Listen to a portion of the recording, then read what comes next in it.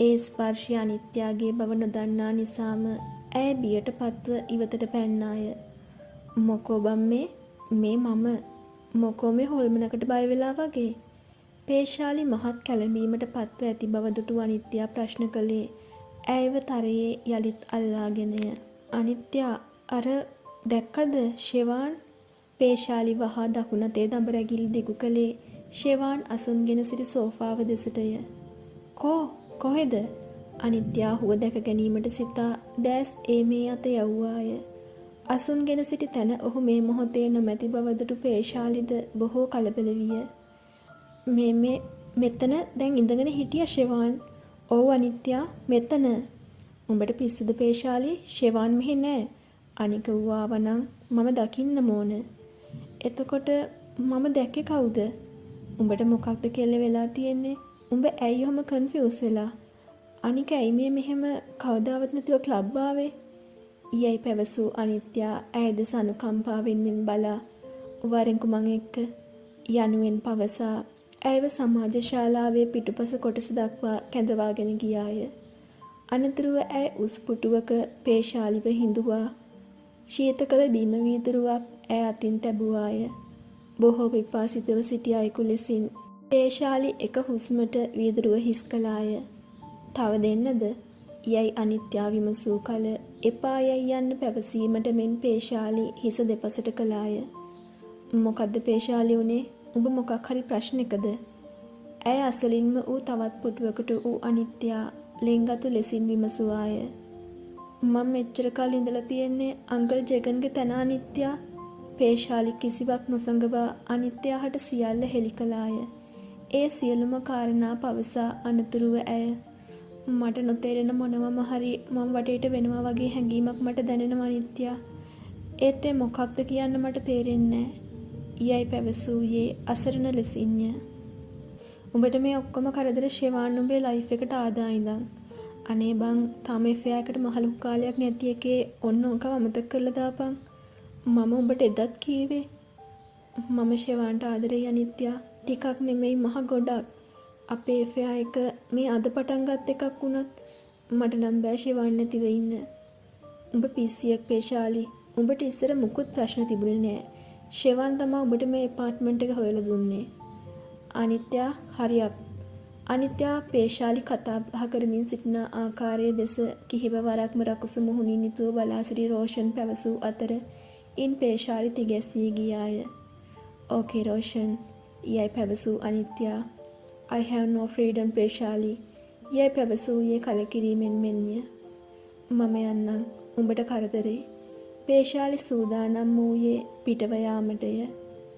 Be careful කෙල්ලේ. මේක උඹට හොඳ කාලයක් නෙමෙයි. අපි ඉදිරියට කරන්න ඕන මොනවද කියලා හැමීට බලමු. මම උඹව මීට් වෙන උදේට එන්නම්. අයයි අනිත්‍යා පැවසුවේ ඇගේ උරහිස පිරිමැදීමෙන් ඇයව සනසමින්ය. සමාජ ශාලාව තුලින් පිටව යාමට පෙර පේශාලි යලිත් වතාවක් තම දැස් මේ අත යවුවාය. ෂෙවාන් මෙහි නෑ බං. යන ගමන් උට කෝල් එකක් දාලා බලපන් කොහෙද කියලා. පරිස්සමින් ගිහින් මට මැසේජ් එකක් දාලා තියපන්. නිවස වෙත යන අතරතුර පේශාලි ෂෙවාන් හට ඇමතුම් ලබා ගත්තද ඒ කිසිදු ඇමතුමකට ඔහු ප්‍රතිචාර නොදැක්විය. මට මේ හැමදේම ඇති වෙලා ඇයි ෂෙවාන් ඔයා මට මෙහෙම කරන්නේ? මට ඕනෙම වෙලාවේ ඔයා මම ළඟ නැහැ. ඇය නිවස වෙතට ගොස් දොර වසාගත්තේ ආවේගශීලී ලෙසින්ය. මේ වෙනතුරුම ෂෙවාන්ද නිවස වෙත පැමිණ නොමැති බව ඇය වටහා ගත්තාය. සිත සාදාගෙන නිවසෙහි රැඳී සිටීමට උත්සාහ කළද ඇයට එය කළ නොහැකි විය. ජෙගන්ගේ දරුවන් හා බිරිඳ තමාට පවා සාප කරන බවට ඇයට සිතුණාය. තව දුරටත් මෙහි රැඳී සිටීමෙන් තමාද තම මවගේ වරදෙහි හවුල්කාරියක් වන බවට ඇගේ සිත පැවසුවාය. අතට හසු වූ ඇඳුම් කිහිපේ බෑගයක දමාගත් පේශාලි ඉදිරිය පිළිබඳව හෝ නොසිතා කාර්යයට ගොඩ වූයේ හිස හැරුණු අතක යාමට සිතාගෙනය. සිතේ ආවේගය නිසාම කාර්යය ඉතා වේගයෙන් ධාවනය කර වූ ඇයට තමා වේග සීමාව ඉක්මවන බවට හෝ දැනුනේ නැත. තමා ඉදිරියේ දිස්සන සියල්ල පොඩි කරමින් රථය ගෙන යන්නට තරම් හැඟීමක් ඇයට මේ මොහොතේ ඇති වූ අතර එක්වරම මාර්ගයේ සිටි පුද්ගලයෙකු දැකීමෙන් ඇය අතින් කාර්යයේ තිරිංග තද වූයේ ඇගේත් එකී පුද්ගලයාගේත් පෙර වාසනාවකට මෙන්ය. සුක්කානම අත් නොහැරම ඇය සුසුම් පිට කළේ මදක් සංසුන් වීමට මෙන්ය. මාර්ගයේ සිටි පුද්ගලයා සාමාන්‍ය පුද්ගලයෙකු නොව පොලිස් නිලධාරියෙකු බව ඇය වටහා ගත්තේ ඔහු කාර්යයේ දොර වෙතට ළං වීදුරුවට තට්ටු කළ විටය. කොහෙද මිස් මේ අපිවත් යට කරන් යන්න හදන්නේ? ඇය වීදුරුව පහත් කළ විට එකී නිලධාරියා විමසුවේ කාර්යය තුළට ඌමනාවෙන් මෙන් එබෙමින්ය. සෝරි මම මේ වෙනින් කල්පනාවක ආවේ. ඔහොම වාහන එලෙව්වොත් පාරේ ඉන්න මිනිස්සුන්ට දෙයියන්ගෙන් පිහිටයි. බැහැලා ලයිසන් එක ගමු බලන්න. ඇය තම අත්බෑගේ අතටගෙන එහි වූ මුදල් පසුම්බිය පීරමින් රියදුරු බලපත්‍රයේ සොයන්නට විය. මතක ඇති කාලයේ පටන් එය ඇත්තේ ඇගේ පසුම්බිය තුළය. නමුත් එය අස්ථානගත වී ඇත්තේ ඇගේ අවාසනාවට මෙන්ය. ඇයි මිස් ලයිසන් එකක් නැද්ද?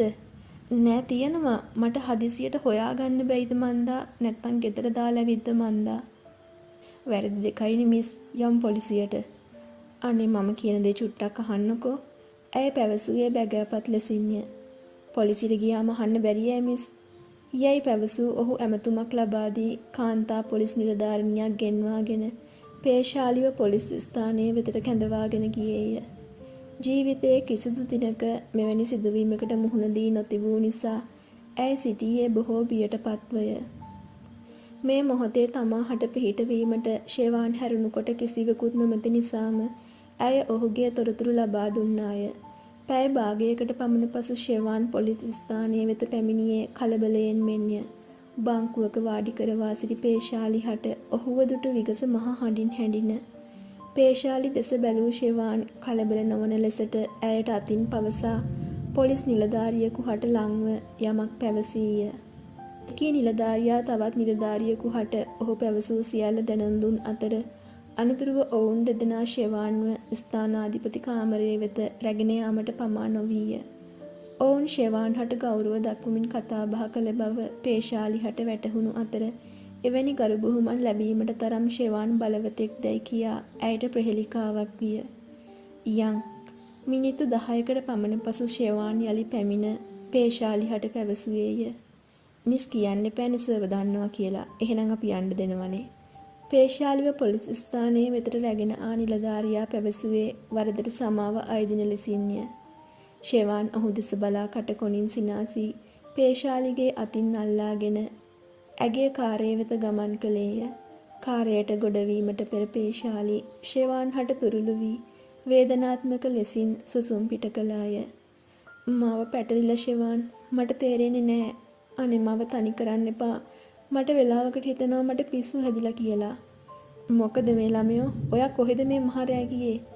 ඇගේ දෙවුරෙන් අල්ලා ඇගේ දැස් තම දැස්වලට හසු කරගත් ඔහු විමසුවේය. ඔයා ඇයිද ක්ලබ් ගියේ? පේශාලි ඔහු දෙස වුමනාවෙන් මෙන් බලා විමසුවාය. විකාරද හැටිද පේශාලි? මොන ක්ලබ්ද? මම මේ ගෙදර ගියා ගිහින් ඔයාට ගන්න හැදුවා විතරයි. මට පොලිසියෙන් ෆෝන් කරේ.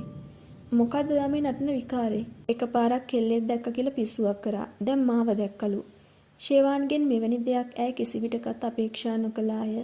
ඇගේ දැස් පැලී යාමට ආසන්න බවක් ඇයට දැනෙන්නට විය. ඇය උණු කඳුලලි වගුරුවමින් ඔහු දෙසම නොසෙල්වී බලා සිටියාය. තමාගේ වචන නිසා ඇය බොහෝ සිත් ඇවුලට පත් වූ බව වටහාගත් ෂෙවාන් අපි ගෙදර යමු මැනික. යයි පවසා කාර්යය දොර විවෘත කර ඇයව එහි හිඳුවා අනතුරුව රියදුරු වසනට ගොඩ විය. මාව ඔයාගේ ළඟම තියාගන්න ෂෙවාන් ප්ලීස්. තමාට ඇති එකම සරණ ෂෙවාන් යයි සිතමින් එසේ පැවසූ පේශාලි ඔහුගේ උරහිසට බර විය.